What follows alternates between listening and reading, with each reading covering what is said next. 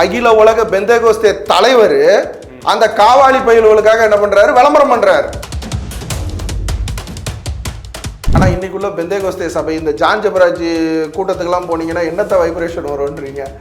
இந்த ரோகிணி தியேட்டர்ல போனீங்கன்னா தெரியும். ஃபாதர்ன்ற பேர்ல இருப்பானே தவிர இந்த பெனடிக் ஆண்ட்ரோ விஷயமாகட்டும், இன்னும் பல ஆர்சி ஃபாதர்கள் அவங்க வந்து பாலியல் ரீதியா போறது காரணம். அகஸ்டின் ஜெபகுமாரன், மோகன் சீலாசரசன், பால் தினகரன் ஐயா, ஆலன் பால், என்எல்ஏஜ் மோகன் ஐயா, பெந்தேகோஸ்தே, இவங்கள மாதிரி ஆட்கள்லாம் நேரில் போய் மண்டையில் 4 கொட்டு கொட்டி என்னல ஊழியம் பண்ணிக்கிட்டு இருக்கா, ஒழுங்கா பண்றதா தான் பண்ணு. நீங்களே 1 நம்பர் திட்டு பயில்களா இருக்காங்க. அப்புறம் போய் அவங்ககிட்ட போய் என்னத்த சொல்லுவாங்க? அவரோட வெப்சைட்டுக்குள்ள போங்க, ஏதாவது இல்லாதப்பட்டவங்க கூட செல்ஃபி எடுத்து போட்டிருக்காரா பாருங்க. ஆனா அவர் காலேஜ் கட்டினாரு, காலேஜ் கட்டி அதை தனி சொத்தாக்கிக்கிட்டாரு. ஏழைகளுக்கு யாருக்கும் உதவி செய்யல. எளியவனுக்கு வந்து என்ன பண்ணல, பால் தினகரன் ஐயா ஒரு காலேஜ் சீட்டு வாங்க முடியாது. பால் தினகரன் ஆகட்டும், மோகன் சீலாசரஸ் ஆகட்டும், மற்ற எல்லா ஊழியக்காரரும் முடவன் எலும்பி நடக்கான், கண்ணு தெரியாதவனுக்கு கண்ணு தெரியுதுன்னு ஹேண்டிகேப்பை பிடிச்சி கொண்டு வந்து சாட்சி சொல்ல வைக்கிறல்ல.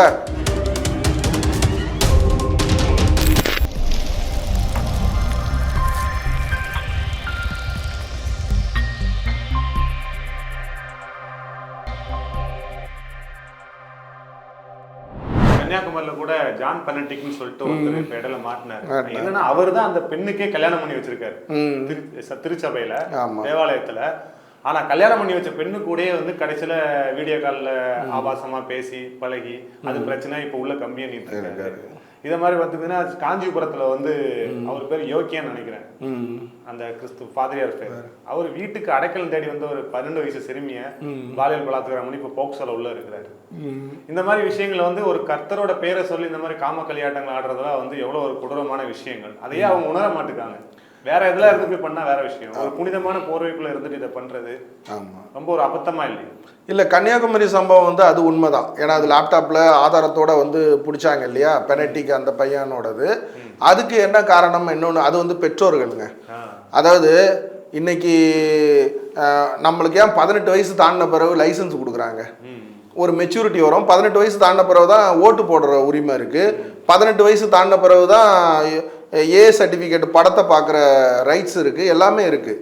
அப்போது ஒரு ஆர்சியில் ரோமன் கேத்தலிக்கில் பார்த்தீங்கன்னா 18 வயசு ஆகாத ஒரு பையனை நான் என்ன பண்ணுறேன், இயேசு கிறிஸ்து ஊழியத்துக்காக நான் அர்ப்பணிக்கிறேன்னு சொல்லி போய் பெற்றோர்கள் என்ன பண்ணிடுறது, ஒப்படைச்சிடுறது. அவனுக்கு என்ன தெரியும், மீசையும் முளைச்சிருக்காது. அவனுக்கும் ஒரு ஆசை பாசங்கள் இருக்கும்ல. இப்போ ஒரு துறவி அப்படின்றவங்க வந்து ஒரு சிலர் வாழ்க்கையே வெறுத்து, மனைவி பிள்ளைகள் எல்லாத்தையும் வெறுத்து என்ன பண்ணுவாங்க, போவாங்க. அந்த மாதிரி உள்ளவங்க ஓகே, திரும்ப வரமாட்டாங்க. நீங்க இது வலுக்கட்டாயமால பிடிச்சி கொண்டு போய் உன் குடும்ப வாழ்க்கை உனக்கு வேண்டாம், செக்ஸுவல் லைஃப் வேண்டாம், எதுவுமே தேவையில்லைன்னு சொல்லி அது என்ன பெற்றோர்கள் தீர்மானிக்கிறது, திணிக்கிறது. அப்ப அவன் என்ன பண்ணுவான், அவன் ஆமா ஃபாதரு, எல்லாரும் ஃபாதர்னு வந்து பண்ணும்போது அவன் ஃபாதர்ன்ற பேர்ல இருப்பானே தவிர இந்த பெனடிக் ஆண்ட்ரோ விஷயமாகட்டும், இன்னும் பல ஆர்சி ஃபாதர்கள் அவங்க வந்து பாலியல் ரீதியா போறது காரணம் அவங்க பெற்றோர்கள் பையன் அதுக்குன்னு ஒரு ஏஜ் வச்சிருக்கணும். நான் ஒரு 30 வயசு வர அவனை விட்டுட்டு, எப்பா நீ பாஸ்டருக்கே கூட படிச்சுக்கிட்டு கடா, இடையில ஏதாவது ஒரு புள்ளைய லவ் பண்றியா, இப்போ கல்யாணம் ஆசை வந்துருச்சா, கல்யாணம் பண்ணி வைக்கிறோம். ஒரு 30-35 வயசுக்கு மேல ஃபாதர் ஆக்கினா ஓகே. அப்போ பெனடிக் மாதிரி விஷயங்களில் நம்ம பெற்றோர்களை தான் என்ன பண்ணணும், தப்பு சொல்லணும். அதே மாதிரி நீங்கள் இது சொன்னீங்க, நம்ம காஞ்சிபுரத்தில் ஃபாதர் அவர் வந்து பார்த்தீங்கன்னா அது ஆக்சுவலாக நானே விசாரித்து போக்சோ வந்து பார்த்தீங்கன்னா குறைஞ்சது 90 நாள் நம்மளுக்கு பெயில் கிடைக்காது இல்லையா. ஆக்சுவலா என்னன்னா அந்த குழந்தையோட அம்மா ரீசெண்டா இறந்துருக்காங்க. அந்த பொண்ணு வந்து ஒரு அனாதை. ஆமா, இந்த ஃபாதர் கிட்ட அடைக்கலம் தேடி வந்த பொண்ணை வந்து அந்த மாதிரி பாலியல் பலாத்காரம் இல்ல அதுதான். அது போக்சோ வந்து 90 நாள். ஆனா இந்த ஐயாவுக்கு வந்து பாத்தீங்கன்னா 21 நாள்லயே பெயில் கிடைச்சிருச்சு. என்ன காரணம்னா அவங்க கொடுத்த கம்ப்ளைண்ட் வந்து இந்த பொண்ணோட அப்பா வந்து ஒரு ட்ரக்ஸ் அடிக்ட், எப்ப பார்த்தாலும் குடிச்சிட்டு அங்க தோட்ட வேலை பார்த்துக்கிட்டு இருந்தவர். இந்த ஐயாவோட இது கமிட்டி, திருச்சபையில் கமிட்டின்னு சொல்லுவாங்க, கமிட்டி மூப்பர்கள், அவங்களுக்கு இவரை பிடிக்கல. ஆக்சுவலாக பார்த்தீங்கன்னா ஒரு பையனை வந்து மர்டர் நடந்திருக்கு.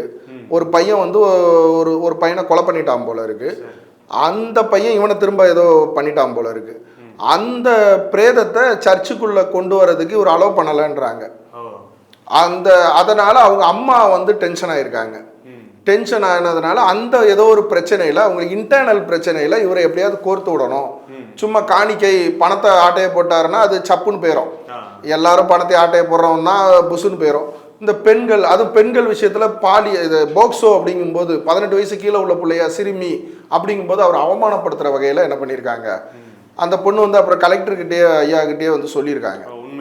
உண்மை இந்த மாதிரி போலியா இது 3 லட்ச ரூபா கொடுக்குறேன்னு பேசியிருப்பாங்க போல இருக்கு. அப்புறம் நீதிபதி ஐயாக்கிட்டையும் 3 லட்ச ரூபா கொடுக்குறேன்னு பேசினாங்க எங்கள் அப்பா கிட்ட. அப்புறம் அந்த குடிகாரனையும் பிடிச்சி என்ன பண்ணியிருக்காங்க, விசாரணை இது பண்ணதுனால தான் 21 நாளில் அந்த ஐயாவுக்கு வந்து பெயில் கிடச்சிருச்சு. அதனால் அந்த கேஸ் வந்து பொய். இது எல்லா இடத்துலையும் அதே மாதிரி இல்லை. ஆனால் ஒரு சிலர் இன்னைக்கு வந்து பார்த்தீங்கன்னா அந்த மாதிரி ஒரு பாஸ்டர்மார்களை கோர்த்து விடுறதுக்காக பெண்கள் விஷயத்தில் தான் ஈஸியாக வந்து என்ன பண்ணலாம். ரீசெண்டா கூட மக வந்து ஃபாதர் மேலே கொடுத்தாங்க. ஃபாதர் இல்ல, அவர் போதகர்னு நினைக்கிறேன். போதகர். ஆமா, அவர் பேர் செல்லத்துறை ஏதோ வரும். மோசஸ் செல்லத்துறை. அதுவும் அந்த மாதிரி கொடுக்கப்பட்ட ஒரு புகார் தான். நீங்க கூட ஏற்கனவே பேசியிருந்தோம். ஆமா, அவரும் பாருங்க அந்த ஏதோ குழந்தை கொடுத்துட்டாரு. அவங்க ஆக்சுவலா பிரிஞ்சு போயிருக்காங்க. அவர் வந்து ஊழியம், அவர் ஒரு அட்வொகேட்டா இருந்திருக்காப்ல. இன்னைக்கு அட்வொகேட் அப்படின்னாவே நிறைய பேர் வந்து அடுத்த வேலை சாப்பாட்டுக்கு வழி இல்லாதவங்க தான் நிறைய பேர் இருக்காங்க இல்லைங்களா. அட்வொகேட்டுன்னு நம்மளாம் ஒரு கோர்ட் வாசலில் போய் நின்னா சார் கேஸ் இருக்கா சார்னு கேட்டு வரவங்க இருக்காங்க. அந்த மாதிரி இருந்திருக்காப்புல. அதனால் அப்புறம் இந்த ஊழியம், நான் இயேசு கிறிஸ்துவை பற்றி நற்செய்தியை சொல்ல போகிறேன்ட்டு போனால் அதில் என்ன தருவாங்க, ஒரு 50 ரூபா 100 ரூபா காணிக்க கொடுக்குறதே பெரிய விஷயம். அந்த மாதிரி இருந்த காலத்தில் இவரை மதிக்காமல் என்ன பண்ணியிருக்காங்க, இவரால் பிரயோஜனம் கிடையாதுன்னு சொல்லி குடும்பமாக அடித்து விரட்டி விட்டுருக்காங்க. அப்படி விரட்டி விடப்பட்டவர் இங்கே சென்னைக்கு வந்து அவர் அதுக்கப்புறமா ஒரு அட்வொகேட் டீம் கூட சேர்ந்து அவர் வந்து கொஞ்சம் என்ன பண்ணிட்டாப்ல, க்ரோத் ஆகிட்டாப்ல. க்ரோத் ஆன பிறகு இந்த குடும்பம் வந்து இவரை எப்படியாவது அசிங்கப்படுத்தணும் அப்படின்ட்டு 7 வருஷம் பிரிஞ்சிருந்தாவே டைவர்ஸ் தான் இல்லைங்களா.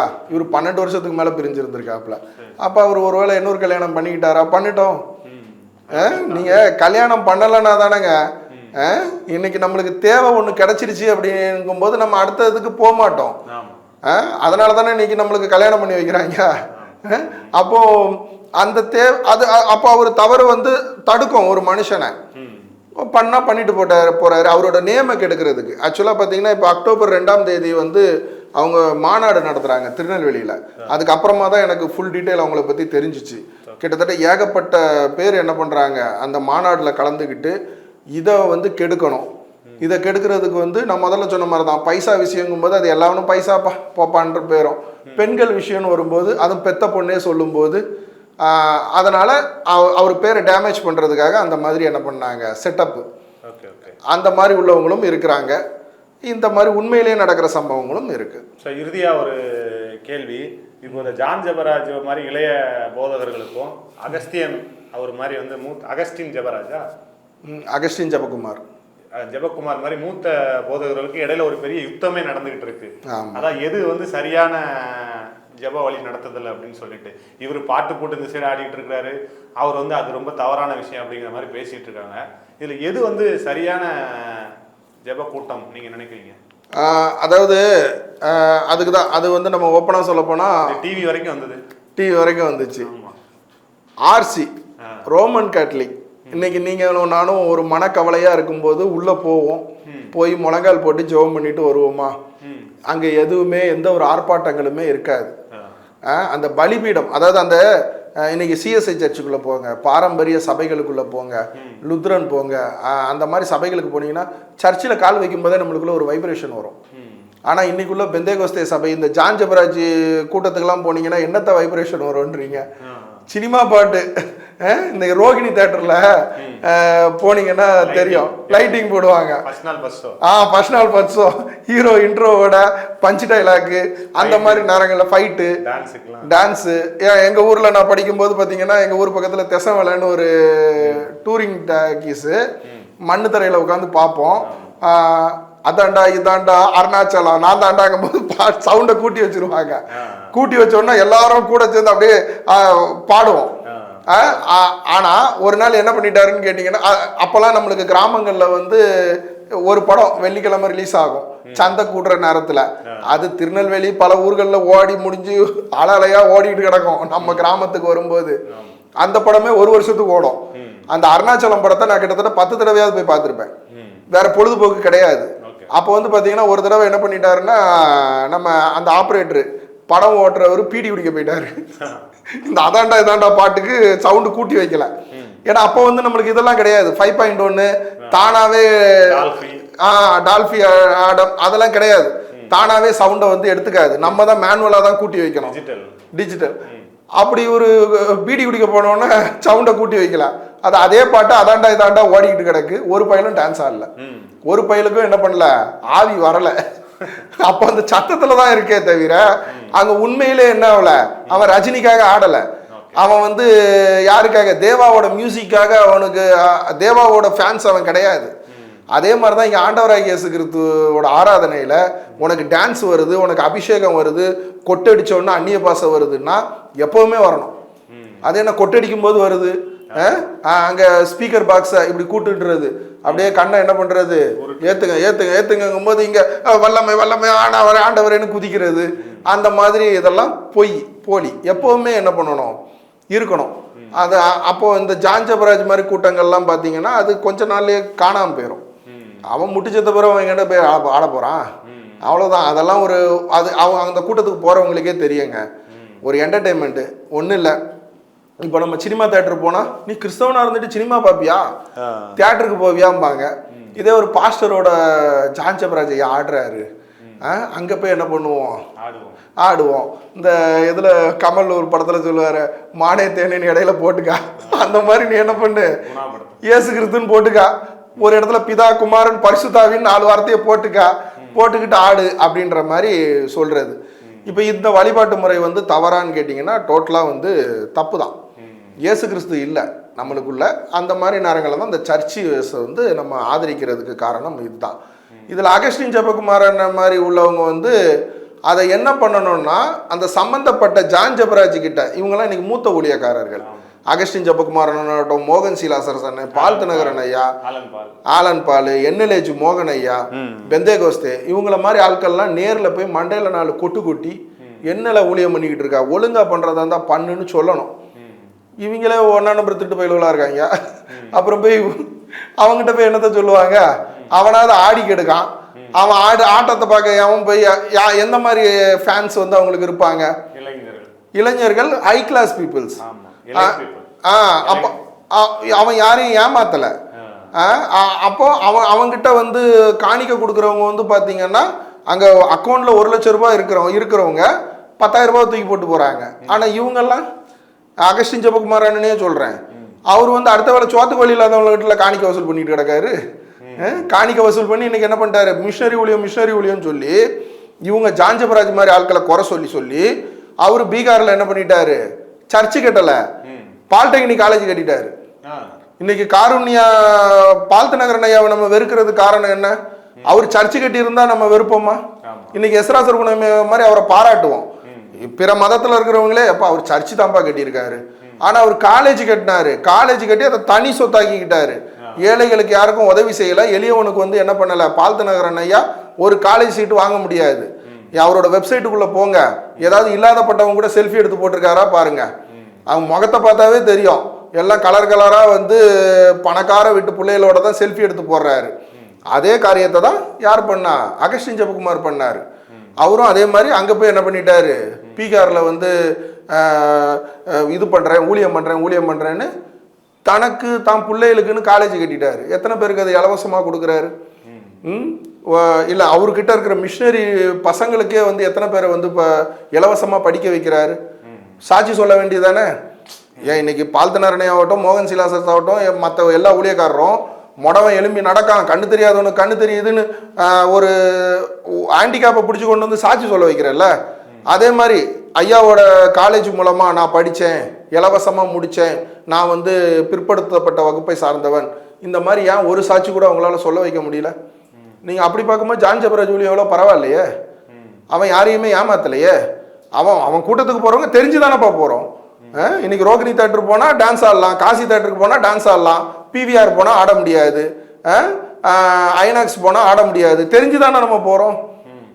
அப்போ இவங்க மூத்த ஊழியக்காரர்கள் வந்து என்ன பண்ணுறது இல்லை, இவங்களை குறை சொல்கிறதுக்கு அவங்களுக்கு தகுதி கிடையாது. அப்படி சொல்கிறவங்க யூடியூப்பில் சொல்லக்கூடாது. நேரில் போய் பைபிள் வசனத்தை எடுத்து போட்டு அவன் ஊழியம் தப்புன்னா அவனை நீ மாற்றணும். இவங்களும் சாதாரண ஒரு யூடியூபர் மாதிரி தாங்கிட்ட இருக்கிற கூட்டத்தை இப்போ அவன் சேனல் சரி கிடையாதுப்பா, நான் தான் உண்மையை பேசுகிறேன், நீ என் சேனலை வந்து சப்ஸ்கிரைப் பண்ணு, இது மாதிரிலாம் இருக்குது. அசிங்கமாக நடந்துக்கிறாங்க மூத்த ஊழியக்காரர்கள்ன்ற பேரில். இப்போ கூட லாஸ்ட்டாக பாருங்கள், யார் நம்ம அவரே அப்படின்ற ஒரு ப்ரோக்ராம் நடத்தினாங்க சென்னை ஒய்எம்சிஏ கிரவுண்டில் வச்சு. அதை நடத்தினவர் யாருன்னா 100 கோடி ரூபாய் சர்ச்சு யார் தாமஸ் ராஜையோட பையன் ஜோயல் தாமஸ் ராஜ் அவர், அப்புறம் ரேணுகுமார்னு ஒருத்தர், அப்புறம் இன்னொரு 4-5 காவாலி பயிலவெல்லாம் சேர்ந்து என்ன பண்ணாங்கன்னா இப்போ இதே தான் ஆம்பளை பயிலவோ பொம்பளை பிள்ளைகளெல்லாம் பிடிச்சி போட்டு ஒரே டான்ஸு ஒய்எம்சிஏல. அதுக்கு நம்ம என்எல்ஏஜி டி மோகன் பெந்தேகோஸ்தே தலைவர் என்ன பண்ணுறாரு, விளம்பரப்படுத்துறாரு. அங்கே போங்க நீங்களும் ஆடுங்க, எல்லாரோட சேர்ந்து ஆடுங்கன்னு. பெந்தேகோஸ்தேன்றது எவ்வளோ புனிதமான ஒரு இது. இன்னைக்கு நார்மல் கிறிஸ்டியன்ஸ் கூட பார்த்தீங்கன்னா இப்போ எப்படி சொல்லுவாங்க, ஏதோ ஜெபம் பண்ணுறோம்பா, ஜெபம் பண்ணிட்டு வேலையை பார்க்குறோம்பா. ஆனால் பெந்தேகோஸ்தே அப்படி பரிசுத்தம், உபவாசம் அந்த மாதிரி இருக்கக்கூடிய ஒரு பெந்தேகோஸ்தே என்எல்ஏஜி டி மோகன், அகில உலக பெந்தேகோஸ்தே தலைவர், அந்த காவாலி பயில்களுக்காக என்ன பண்றாரு, விளம்பரம் பண்றாரு.